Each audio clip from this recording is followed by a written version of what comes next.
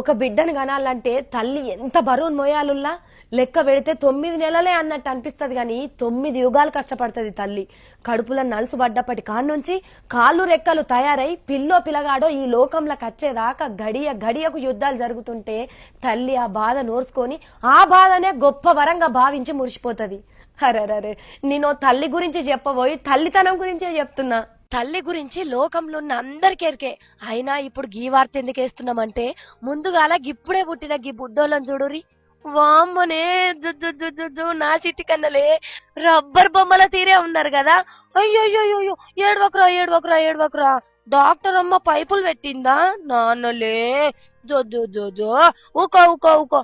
అయ్యో వీడింకా అమ్మ కడుపులే ఉన్నా అనుకుంటున్నాడు, కళ్ళు ఇంకా తెరుచుకుంటూనే లేడు. నా కన్నలే అబ్బా చేతికి అందితే కొరుక్క తినేటట్టే ఉన్నారు కదా.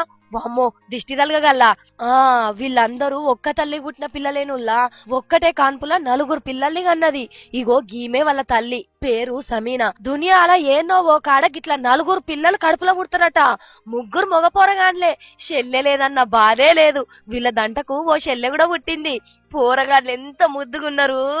ఎట్లా మోసిందో ఏందో ఆ తల్లి. డాక్టర్లు ముందుగానే చెప్పుంటారు, 4 మోసుడంటే 4 లోకాలనే మోసినట్టు కదా. డాక్టర్ అమ్మా పిల్లగాళ్ళు 4 మంచిగున్నట్టే కదా.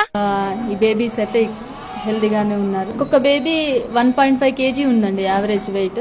అబ్బా చల్లటి మాట చెప్పినావు మేడము.